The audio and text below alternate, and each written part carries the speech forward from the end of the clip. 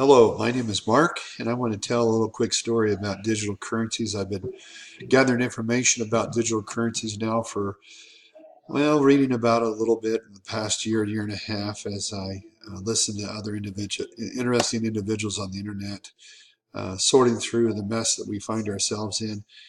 So, just 2 weeks ago, last Saturday, I finally got into Coinbase and then hooked up my credit card to Coinbase and got the approval and everything and made just a small purchase of cryptocurrency in Coinbase. Coinbase has three cryptocurrencies: Bitcoin, the oldest one, and then Ethereum and Litecoin. And I just purchased $100 of each coin. And then started watching to see what happens. And immediately the purchases, it dropped down to 292. And then within 8 days or 10 days, it was up to $400. And then just recently this week, today's January 17th, this week it started crashing. And it's what Cliff High says is the crocodile teeth of what's going on with digital currency. So I wasn't too worried, but I thought, wow, Bitcoin is down to $9,900. It would be really good to maybe make another $100 purchase of each coin. Ethereum is still stayed above that starting thing of just $100. And so I tried to make a purchase. My card was interfaced with Coinbase. And when I tried to make the purchase, I got emails saying the transaction was not accepted through the bank.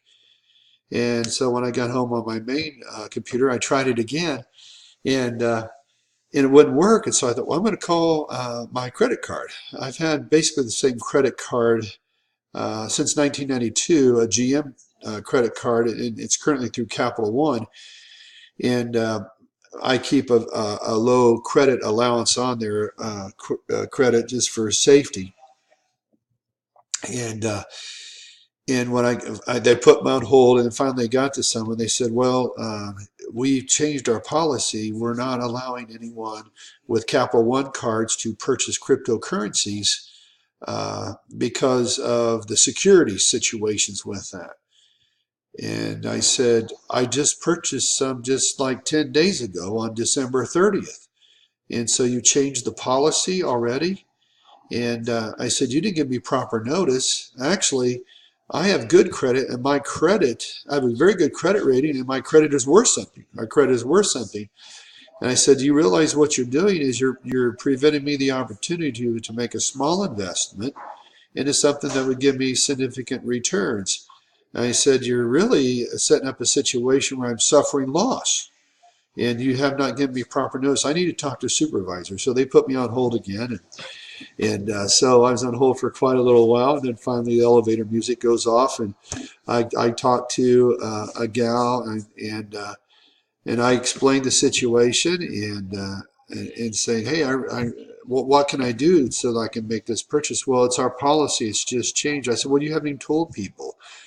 And I don't know whether it's out there on the news or not, but if people have Capital One cards right now, they probably cannot make a digital currency purchase at least through Coinbase brokerage. So maybe there's a side of the story that I don't know, but I do know with blockchain technology and what's going on, the traditional banking system will not like this change of blockchain technology and a lot of the middleman and everyone being bypassed. So the saga will continue in my exploration of cryptocurrencies. Thanks for watching.